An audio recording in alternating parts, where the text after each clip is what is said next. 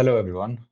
Welcome to our workshop. This is our recorded workshop, psychological self-care workshop for staff. So we've been doing this for a while now, and we have had monthly workshops that have been running. But because of convenience for everyone and not everyone being able to attend the time that we've been allocating, we thought about doing a recorded session, which will be free for you to access at any time as well. So hope you guys find this useful. So we're the Cheshire and Merseyside Resilience Hub. And like I said, today's workshop is surrounding psychological self-care. My name is Rosh. It's Roshan Vincent, but you can call me Rosh. Obviously, this is a recorded session, and I am a CBT therapist. And we also have Lynn with me today. Hi If you want to everyone. introduce. Yeah, Yeah, hi. I'm also a CBT therapist with Roche in the Resilience Hub. So welcome. Welcome, everyone. So we'll start off by setting a bit of an agenda, a plan for today. So these are the things that we're hoping to cover: psychological impacts of general stresses. So we're going to be looking at a few examples of how things that happen in our daily lives can have an impact on us. And then we go on to look at understanding psychological self-care. I guess we all have different understanding of what psychological self-care means. So it's about looking at what self-care means to you. And then we can talk through psychological self-care building tools. This is where me and Lynn can hopefully introduce some techniques, things that might be able to help you manage stress and manage self-care as well. And then towards the end, we can finish off by introducing the hub a little bit more and how to access the hub if you'd like to access us in any other way as well. Again, a bit of an introduction. So today is an informal recorded session. Usually, like I say, we run these monthly workshops and they can be interactive, which is nice. So this is going to be different. It's going to be an informal recorded session, but hopefully you can get the information that you need on here. And obviously, if you need more information, you can get in contact with us. The plan is to have a bite-sized introduction to self-care. We're aiming to have it around 40 minutes. Uh, More or less, and to give you some bite-sized information on how to manage yourself. Taking notes can help. We would recommend that. So if you're watching this recording online, if you want to make notes, you can. Preferably no background working if you can. So we say this when we do the workshop as well. But even if you're watching the recording, we would say assign this time to yourself because this is what it's about, isn't it? Like, making time for yourself, so that you can fully focus on this as well. And hopefully you find that more useful. So introduction of what self-care is. I think, like I said briefly before, self-care can mean different things um, for different people, right? So what is self-care? So I guess, you think about exercise, you think about diet, you think about a lot of physical things when it comes to self-care. But I came across this definition online, and it rang very true with me, and it's quite important, I guess, when you look at self-care, that we think about the mental aspect of it as well. So as you can see here, the definition is self-care is the practice of consciously doing things that can preserve or improve your mental or physical health. So that's really important, isn't it? Like the mental side of it and the physical side of it. I think in psychology, we talk a lot about the biopsychosocial model, which is about including your psychological elements and also the physical parts. So we need to look at both sides of it, ideally, to incorporate positive self-care. So that's something that we'll be looking at in today's workshop. And even more important to practice when things feel overwhelming and stressful.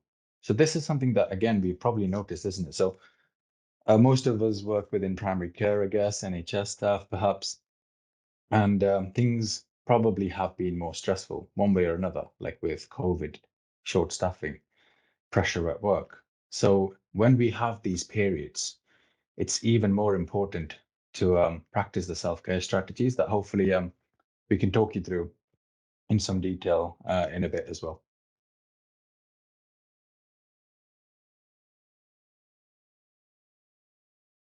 Thanks, Roche. And I think part of that self-care is just taking a little bit of time to think about your own mental load. So by mental load, we think about all the different pressures that you might be under, all those different stresses in your life. And as you can see on the slide, it kind of breaks those down into different areas. So everybody's got different experiences.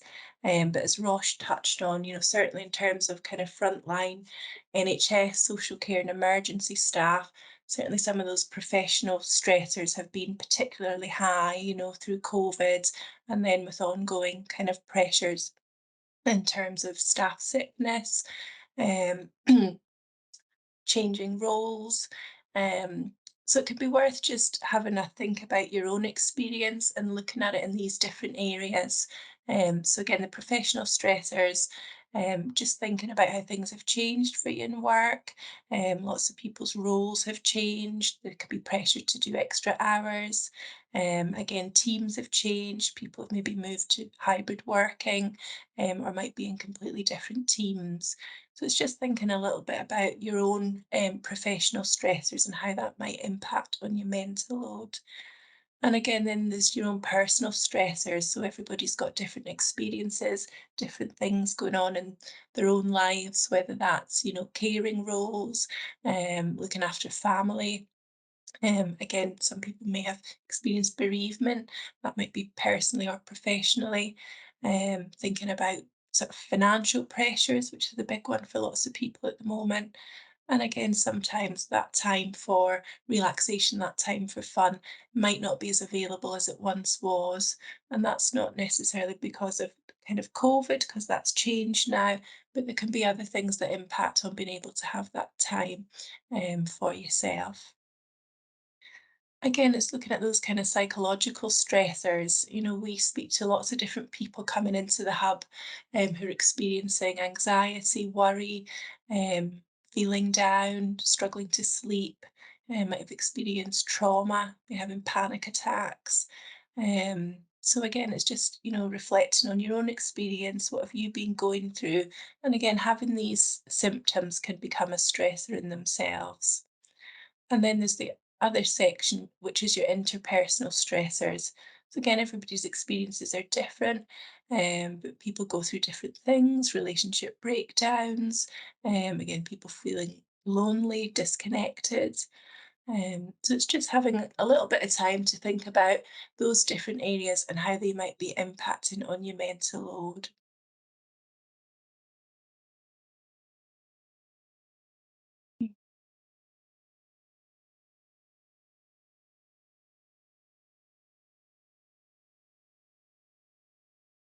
And then that leads us on to thinking about the stress bucket. And this is an analogy which we often use. So it's thinking about how's your own stress bucket. So if you have a look at this, you can see everybody has a certain amount of stress that they can cope with before they begin to feel overwhelmed and maybe feel, those panic attacks, difficulty sleeping, feeling down. And the stress bucket's a good way to visualize this. Um, we all have a certain amount of stress in our lives, and that's just part of normal life. And there's an element of stress that we can all cope with. And as you can see, there's this buffer zone, and that's just that kind of buffer to being able to deal with these kind of daily stresses.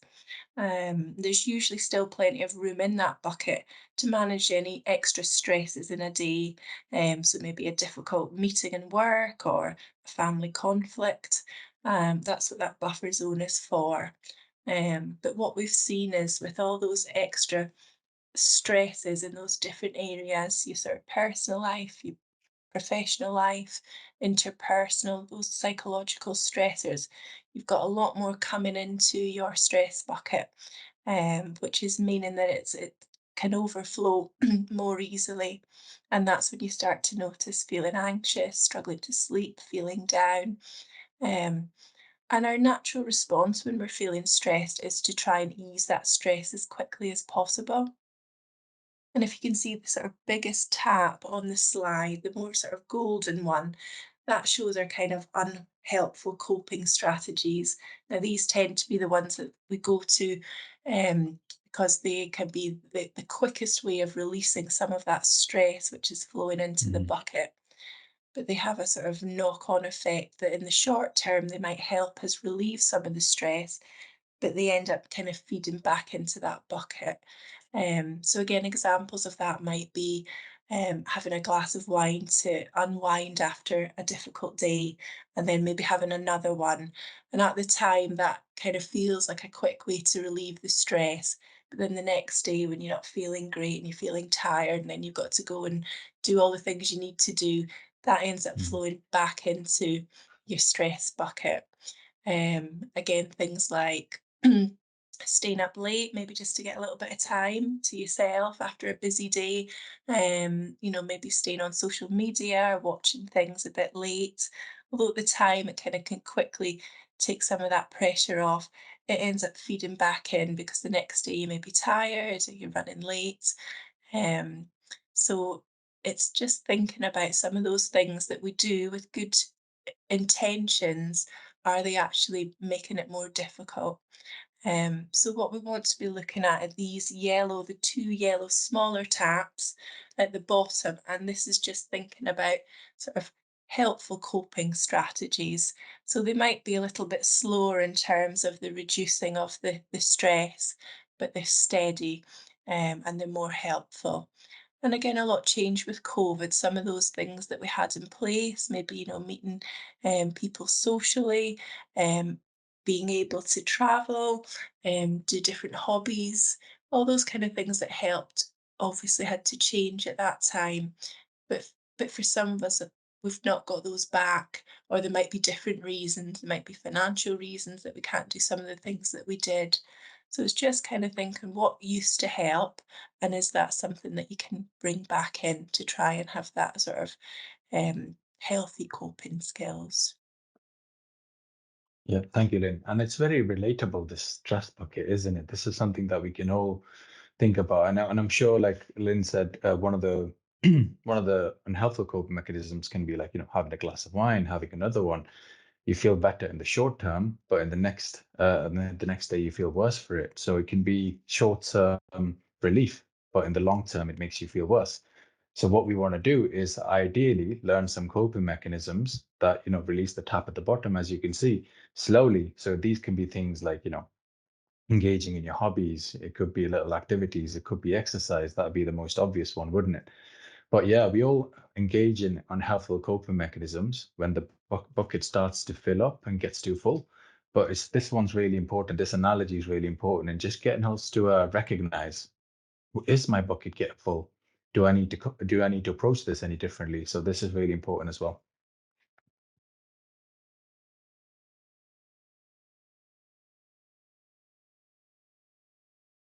Okay, so now we're going to play a video.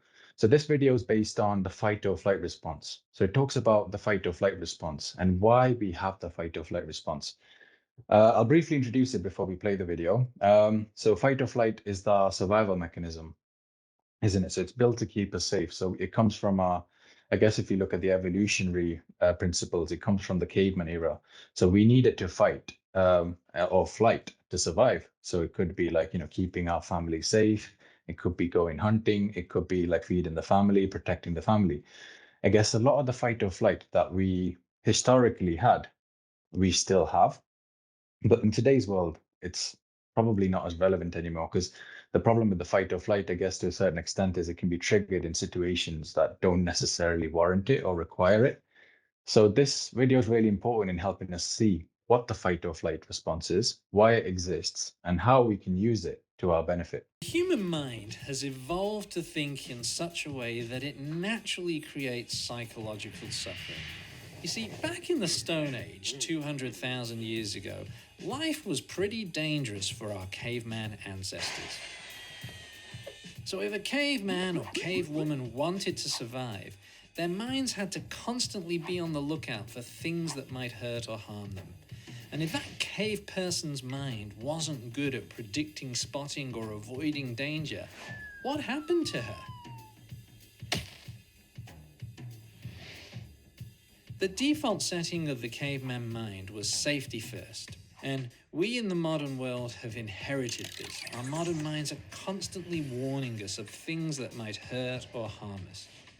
The caveman mind says, watch out, there might be a bear in that cave, you could get eaten. Watch out, that shadow on the horizon might be an enemy from another clan, you could get speared.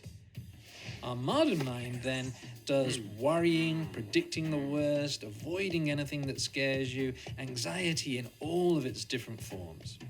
Back in caveman days, you survive an encounter with a bear or a wolf, then it's useful to replay it. It's useful for your mind to go over the events and remember what you did to survive so that you're better prepared for next time. But in our modern world, we go over and over painful memories, dwelling on them, reliving them, even when there's nothing useful to learn or the lesson has been well and truly learned a long time ago. In the Stone Age era, as a caveman or cavewoman, you have to fit in with the group. If you are alone, you will soon die. So your mind compares you to others in the group. Am I fitting in? Am I contributing enough? Am I following the rules? Am I doing anything that might get me thrown out? Now, in modern life, we're always comparing ourselves to others. But the problem is we're no longer in a small group. Our groups are enormous today, and we carry with us devices that constantly feed us images and stories of people all over the planet.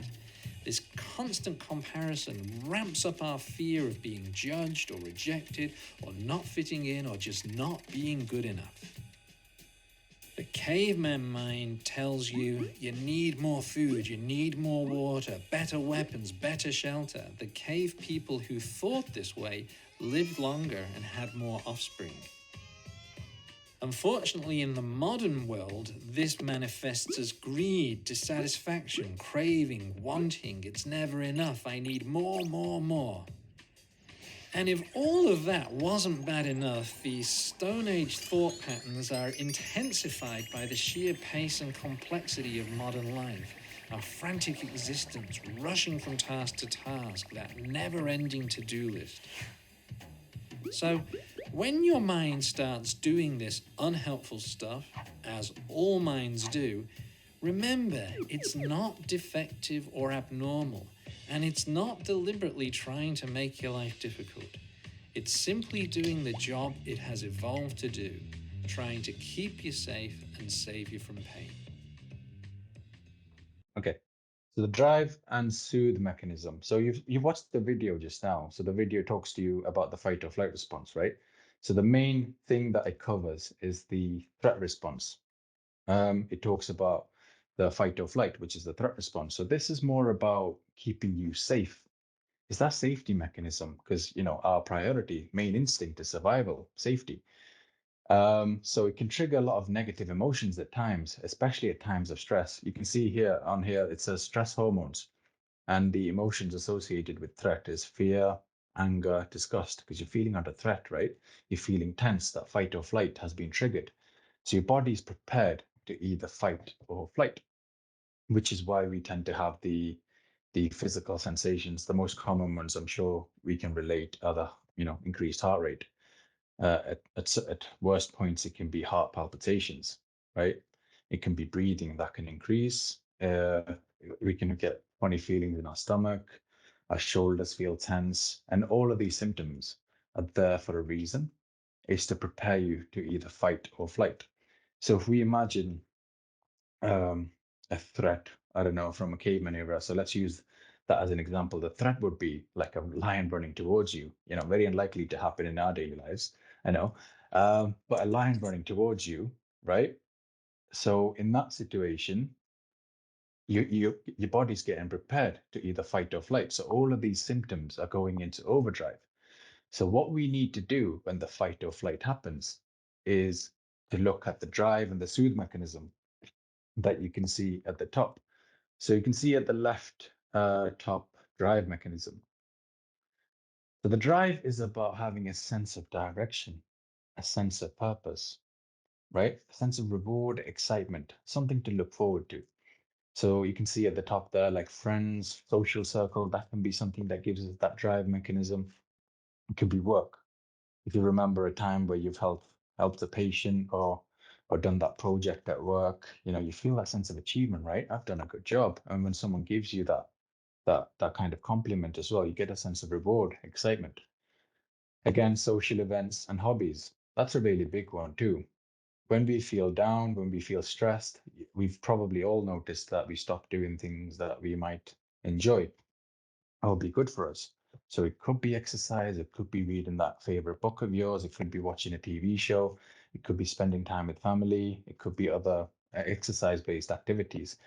So we start to neglect some of those things. So that's something really important to think about as well, the drive mechanism, because it can give us that sense of reward and excitement, and it triggers endorphins, reward hormones. And on the right side, you can see soothe mechanism. This is also really important. This is much more about being in the moment, bringing things back to the present, being focused on the here and right now. So this one's about safety, feeling safe, feeling content, feeling relaxed, right? And you can see here things that are associated with the soothe mechanism, touch. So that could be physical touch, comforting touch, slowing down. This is something that we struggle to do, especially if we work in a high-paced environment. It's not easy to do when we're thinking about work scenarios. But slowing down and just being in touch with how you are feeling, what am I feeling right now? What are my physical sensations? And there are other things on our website, other resources on our website that talk about this too. A lot of it can be mindfulness-based techniques and slowing down and paying attention to your bodily sensations. The other part of the soothe mechanism, again, social connections, right? So this is to do with, again, inducing those positivity hormones. The best way for me to explain the drive and the soothe mechanism is that it works by putting brakes on the threat system. So that say our threat system has gone into overdrive, the fight or flight has gone into overdrive. I usually explain it as a bike going downhill. You can probably imagine a bike going downhill, and it's going faster than you need it to. So let's imagine that is our threat system, our fight or flight, the survival mechanism, and it's going faster than we need it to. So we'd look at it as drive and soothe as your brakes. Putting your left brake on and the right brake on. So these can help us putting your brakes on your threat system by using our drive and soothe systems effectively. And that's really important one to think about, because we need some sense of drive, reward, excitement, but we also need to be in touch with our present and bring things back to the here and now as well. And again, there are more resources on our website that can hopefully give you more techniques to help be in more touch with the drive and the soothe mechanism to help you manage the threat. So this one is a really interesting one. This is something myself and Lynn, we're both CBT therapists, as we introduced earlier, and this is something that we use quite a lot in our daily practice. It helps just puts things into perspective, really, because you can see at the top here it says 5 areas model, and we're going to focus on anxiety because we're looking at self-care and stress management primarily, I guess. Um, so you can see at the top there, situation, trigger, situation, and then below is thoughts. Thoughts are leading to emotions on the right, emotions, feelings, emotions to behaviors, physical sensations, and back to thoughts. But you can see the arrows in the middle too, right? So you can see it's a very interactive cycle. For example, the way we think can have an influence on the way we behave. The way we think can have an influence on the way we feel. The way we think can have an influence on the way our fight or flight is triggered. So I'll talk you through an example that I hope you will find useful. Usually when we do these workshops, we do this quite interactively and people give examples. But as I'm going through this, maybe you can find your own examples. So situation, let's use a generic one, right? So let's use the situation where, I don't know, you're walking through town center. So we're based in Liverpool. So I'm walking through the town center. You might be based in Cheshire, anywhere you are, you're walking through your town center, and your best friend walks past. A good friend, it doesn't have to be a best friend, so a good mate of yours walks past, but they don't seem to acknowledge you or say hello. So they're walking past you on High Street, they walk past you, they haven't said hello. Straight away, what am I thinking? I'm thinking, what have I done? What have I done? Have I upset them? Is it something I did? Do they hate me?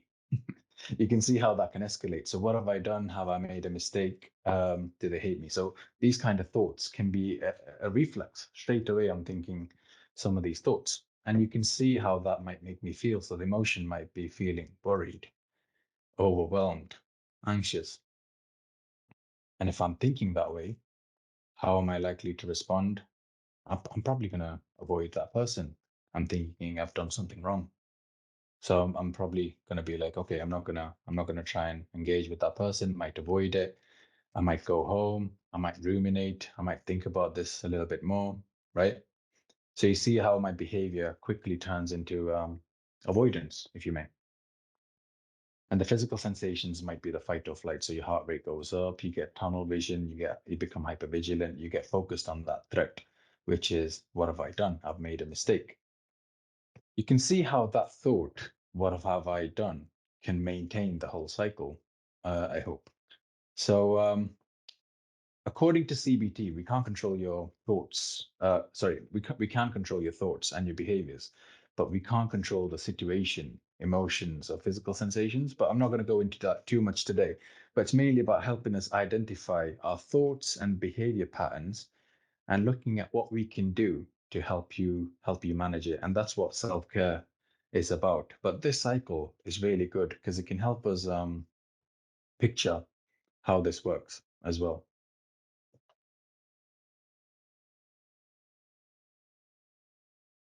Thanks, Rosh. So yeah, so again, it's just thinking a little bit more about what is psychological self-care. We hear about it a lot, we talk about it a lot, but what does it kind of mean day to day? Um, and where we've looked and seen that actually, lots of people have got high mental load. There's lots of things going on, lots of things they're dealing with. And again, the video talked a little bit about the fact that our evolved minds are still reliant upon that threat response. So it's about us having techniques to manage those kind of stressors through self care. So, what we're going to look at in terms of that self care is self soothing, um, learning to be compassionate towards ourselves, thinking about the kind of expectations that we have for ourselves. Um, we'll look at making sure that fun and achievement are part of our activity schedule, something that is happening for us week to week. Um, and also just kind of normalizing and sharing our experiences to reduce the negative emotions that we might be experiencing.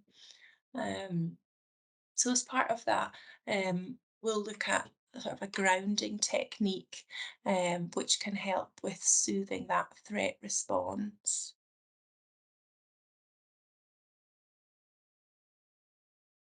Yeah. Yeah. Right. So sorry. Shall I do this one, Rosh? Yeah, Or yeah, yeah. yeah, is It's that all yours. okay? Thank you. Yeah. It's my favorite. What can I say? So grounding is something that can be helpful when that threat response is triggered.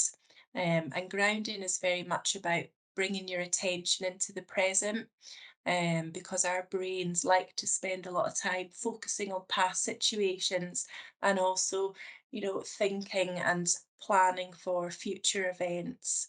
And we can understand that kind of based on the video in terms of survival, but a lot of that isn't what we need now in that same way. So it's about learning ways to shift our thoughts back into the present moment because they will naturally go to the past or to the future. Um, so the 5, 4, 3, 2, 1 exercise is about deliberately shifting your attention, and you can use your senses to funnel your attention into the present moment. And part of that is by looking around you and naming 5 things that you can see. So for me at the moment, that could be a plant, laptop, a plate, pen, and a book. But again, you can have a try of that at the moment at home as well. And then move on to 4 things that you can touch. So again, I can touch a pen, I can touch a book, touch my iPad, touch a glass. And the next one are 3 things that you can hear. And this one always takes me a little bit longer to shift my attention to. Mm. So again, I can hear the wind, that's quite strong today. I can hear my chair creaking, and I can hear the road in the distance. So again, just trying that yourself. And then 2 things that you can smell. Again, I can smell the fabric conditioner in my clothes, and I think I can smell the remnants of my lunch from earlier. So just shifting your attention to those 2 things that you can smell. And then the last one, the one of the 5, 4, 3, 2, 1, is just one thing that you can taste. So if you have got anything around, I can just take a bit of water and just take a minute to sort of connect with that.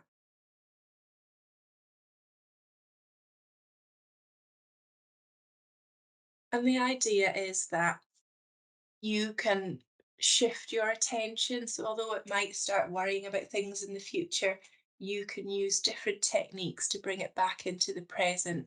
And that's just a short one that's quite easy to do in the moment. If you may be feeling a little bit stressed, it can be one that you can do and nobody's aware that you're doing it. And we have got other self-soothing strategies which we'll signpost you to at the end of the presentation too, or in the information that we send out. Yep. Thank you, Lynn. And this is really, there's a lot of self-soothing strategies. This is one of them, the 5, 4, 3, 2, 1. But it's really good, isn't it? Because I mean, I guess a lot of it is lies in the principles of mindfulness, which is a very popular technique these days. And it comes from the Buddhist principles of meditation and being in tune and being aware of your senses. So as Lynn was talking you through, you probably noticed, taste, touch, sight, hearing, all of those senses. And the common question that we get when we do the 5, 4, 3, 2, 1 is, do we have to do it in that order? Does it have to be, 5 things you can see, 4 things I can hear? The answer is no. It can be in any order, I guess. But the 5, 4, 3, 2, 1 is a very good way of encouraging you to be in tune with your senses and paying attention to what's around you. For example, the clock. As Lynn was talking through it, then like I realized that I could hear the clock ticking, and things that we don't pay attention to on a daily basis can suddenly be something that we can pay attention to. So that's a really good one as well. And as Lynn said, there are much more grounding techniques that are available on our website, which we can direct you at the end of the session. Okay. Yep. And another part of that self-care is self-compassion. More and more research is showing how important self-compassion is in terms of well-being, and also as a big source of strength and resilience. And I think it's something that people can really struggle with. And often people working in, you know, NHS, social care and emergency services, very sort of natural for them to be compassionate to other people, but sometimes can find it difficult to be compassionate towards themselves. So again, it's just sort of noticing that kind of inner dialogue, noticing how you tend to speak to yourself, just to see whether you do tend to be quite critical. And if that is the case, sometimes it's just thinking about, would you speak to somebody else like that? Would you talk to your friend like that or talk to your child like that? Because sometimes when we make mistakes, we can be very critical of ourselves in a way that we wouldn't be towards other people. So beginning to notice it's kind of the first step, and then just thinking about how to be a little bit kinder towards yourself, if that is something that is coming up for you. So how would I help a friend who was dealing with the same problem? Again, looking at your expectations. Sometimes your expectations of yourself are different to your expectations of other people. And again, you can be setting yourself up to fail if you're setting very high expectations and then, beating yourself up when you've not met those. Um, Again, thinking, is it okay for other people to have bad days? Um, and why not? Why not for yourself? Um, Again, there's that part of that kind of common humanity and that kind of shared experience, which is really important. And just getting that chance to connect with other people. And sometimes that can, you know, let us bounce things off other people and get their perspective. Whereas I guess, now some of us spend more time working on our own than with colleagues. So you might not get that same opportunity to just talk different things over and get that bit of perspective. Again, another part of the self-compassion comes down to the mindfulness, which Rosh has talked about. And this is something which has been used more and more in that sense of connecting to the present moment and using that in a grounding way. And again, I Thank you. think, Yeah, sorry, so um, part of that is just kind of thinking about what your barriers might be to some of the self-care, what's making it difficult for you to engage with some of this if you are. Is it time? Is it having the space to do it? Just to see if there's ways to bring it more into your day to day. Thank you, Rosh. thanks, Lynn. Sorry, I was jumping the gun there. No, it's okay. I Um, ended up adding a bit. so fun or achievement. So this is as we go back to the slides, right? So just to remind me, this is to do with the behavior side of it at the bottom. The slide that Lynn just covered was looking at the emotions, wasn't it? How to be self-compassionate. Oh, and also the thoughts, I guess. How to have self-compassionate thoughts towards yourself and how that can help you manage the emotions. Here we are looking at behaviors and how we can look at changing your behavior patterns to help you manage your mood or self-care. So fun or achievement.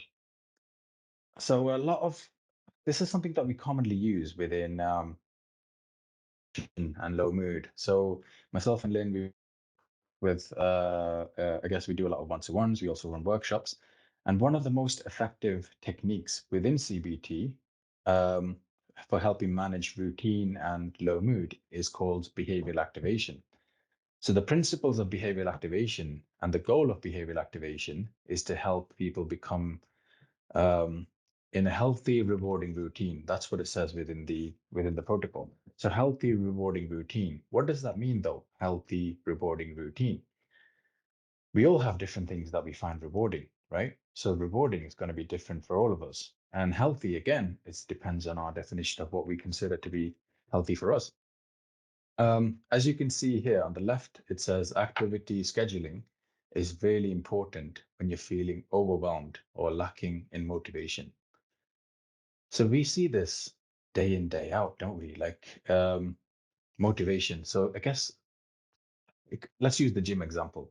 That seems like the generic one. So let's use the gym example. So say if we had the plan of going to the gym. So the plan is that you're going to go gym after work, but you've had a busy day at work. And we get home and we feel tired, naturally, as you do, completely understandable. But then we're thinking, okay, I'll go to the gym later. And you put on Netflix for a bit, your favorite TV show, whatever that is. You put on TV, Netflix, whichever, and you start watching it, right? And then suddenly you realize, okay, I'm too tired to go to the gym. I'm going to stay home and watch the TV show. How do you think you feel if you don't go to the gym? Rhetorical question, of course, but you'd say, if we were doing the workshop, you'd say, maybe I feel worse because my plan was to go to the gym, but I didn't go. As a consequence of not going, I feel worse, right? And I guess sometimes the mistake that we've noticed that we all make this, is that we wait for the day to feel motivated. We wait for motivation to arrive. Something that is very clearly stated within the behavioral activation is that activity comes before motivation. Again, much easier said than done. And I know I've used the gym example, which might not be relatable to everyone, but much easier said than done that activity comes before motivation. But if we're aware of that, that we need to push ourselves to do the activity first. And as a result, we might feel more motivated and we might feel better. It's something very important to hold on to. Because what we talk about in behavioral activation is also that sense of direction. So we talked about that drive principle, didn't we? Drive and soothe mechanism, which can help you manage the threat. Within the drive, it's about having that sense of direction, sense of something to look forward to, as it says here in the middle. Ticking off that item on the to-do list can be very psychologically powerful because it gives you that sense of achievement. I've done something, I've achieved something that I've planned in today. And again, at the top, as you can see, it says fun or achievement. They say there's two types of activity that we can schedule in: things that give us a sense of pleasure or things that give us a sense of achievement. Realistically speaking, ideally speaking, we'd like to have 50-50, right? 50% fun, 50% achievement, I guess. So that's how we'd like to frame it. But like with responsibilities, work, childcare, all of these things that get in the way, realistically, we're expecting to have a higher number of achievement-based activities. But sometimes we can neglect what we consider to be fun or pleasurable. So it's really important. I guess if there's one thing that we want you to take away from this workshop, amongst other things too, is about planning in something that is for yourself, something for yourself. So it could be like, I don't know, going to meet that friend, or it could be going for a little walk. It could be like your hobby, planning that in for once, even though time might be difficult. So finding time for yourself, so prioritizing yourself. So something that we'd like you to think about is to see if you can plan something in that can help you that extra bit. And the last bit on the right, we can skip over. That's to do with COVID. We need to change that. And again, here, shared experiences. So this is a quick one, really. So just to emphasize the importance of reaching out to others, sharing experiences with those who've been through something similar. So I guess with our work colleagues, it could be family members, but also our work colleagues, because we're focusing on I guess, work situations a lot in this workshop as well. So work colleagues, so opening up with them, that can be quite a normalizing experience because other people might be going through something similar as well. And sometimes people appreciate that, just saying like, this is something that I'm finding it difficult. It might be speaking to your manager, line manager, all of those things as well, but sharing experiences with others, other colleagues or other people that might be going through something similar can be really important and really eye-opening in certain situations as well. So we'd encourage, like, if we have the opportunity to do that, that could be a really useful useful thing to do. And if it feels like too big a task, please get in touch with the hub because that's why we're here. If you feel like you need to get one-to-one support and have that person like non-judgmental, like that professional person to speak to, we're definitely here to support as well. So you can get in touch with us. So we're coming towards the end of the workshop now. So I guess what we want to do is introduce ourselves. So briefly introduce at the beginning who we are. I'll just expand on that a little bit now. So Cheshire and Merseyside Resilience Hub. So we cover the Cheshire and Merseyside footprint, most of it. And it's funded by the NHS England and hosted by Merseycare Foundation Trust. We provide psychological and psychosocial support to all health and social care workers living or working in the Cheshire and Merseyside footprint. So we were set up as a response to COVID, I'd like to say a couple of years ago. Um, and initially, the goal was to support people, frontline staff with COVID specific trauma. But we have expanded a lot more recently, I'm happy to say. We work with general depression, anxiety related queries. And even if it's not work related, it is something that you can access our service for. So we have expanded a lot more since we started. And you're eligible for our service if you work within the health and social care within those areas. Have I covered everything? Is that right, Lynn? Yeah, I think so. Yeah, that sounds right. Yeah. And yeah, I think that's it. So what we like to do is direct you to the resources on our website as well. It's Cheshire Merseyside Resilience Hub. We have a lot of different resources on there. Some of the things that we spoke about, like mindfulness, behavioral activation. Obviously, this is a very quick tour of self-care, but there are more resources that you can access on there as well.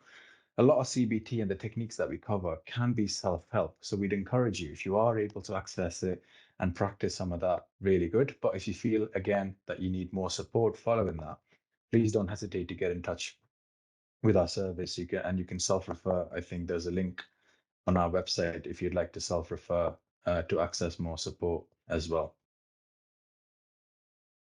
Does that cover everything, Lynn?